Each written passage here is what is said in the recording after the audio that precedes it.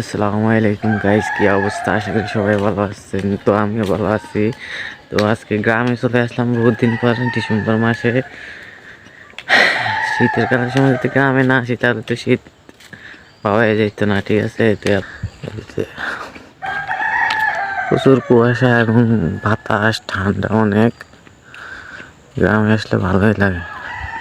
গ্রামের ফিল মানে অন্যরকম। এই যে গ্রামের পুকুর, এই এখনো কুয়াশা আছে অনেকটাই, কিন্তু কুয়াশা না থাকলেও এই পানিটা অনেক ঠান্ডা, অনেক। এই পানিতে এখন গোসল করা মানে অনেক ঠান্ডা।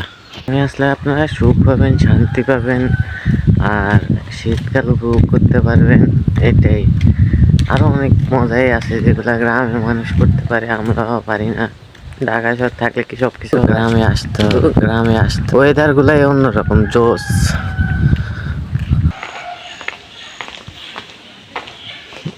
এটা কি এবং কি ফল, সবাই কমেন্টে বলবে। শীতকালে বাড়িতে আসলে এগুলা দেখা হবে না, এটা অসম্ভব। এগুলা দেখা হবে। এখানে তো অনেক ছোট সংখ্যা। ওই যে ওরা যাচ্ছে।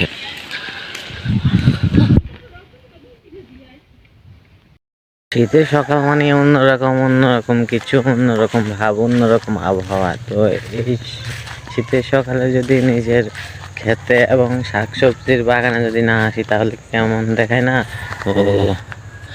এটা ছোটখাটো আমার আব্বু করছে। এখানে মূলা আছে, টমেটো আছে, তারপরে লাউ গাছ আছে, লাল শাক আছে।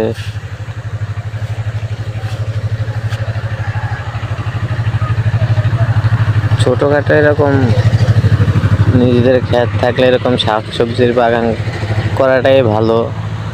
নিজেদেরও হয়, পাশাপাশি কিছু বিক্রিও হয়।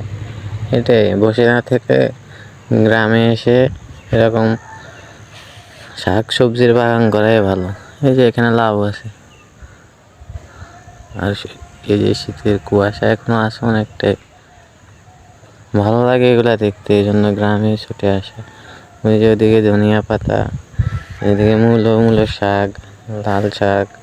এটা কি শাক এটা আমার জানা নেই, নাম এখন মনে নেই। এরকমই শীতকাল, এরকমই ওয়েদার, এরকমই। আর কৃষি আমাদের করতেই হবে, ঠিক আছে? তো আসসালামু আলাইকুম, সবাই ভালো থাকবেন, সুস্থ থাকবেন। আই হোপ ভিডিওটা ভালো লাগবে আপনাদের কাছে। দেখবেন আর কমেন্টে জানাবেন, ঠিক আছে? আসসালামু আলাইকুম।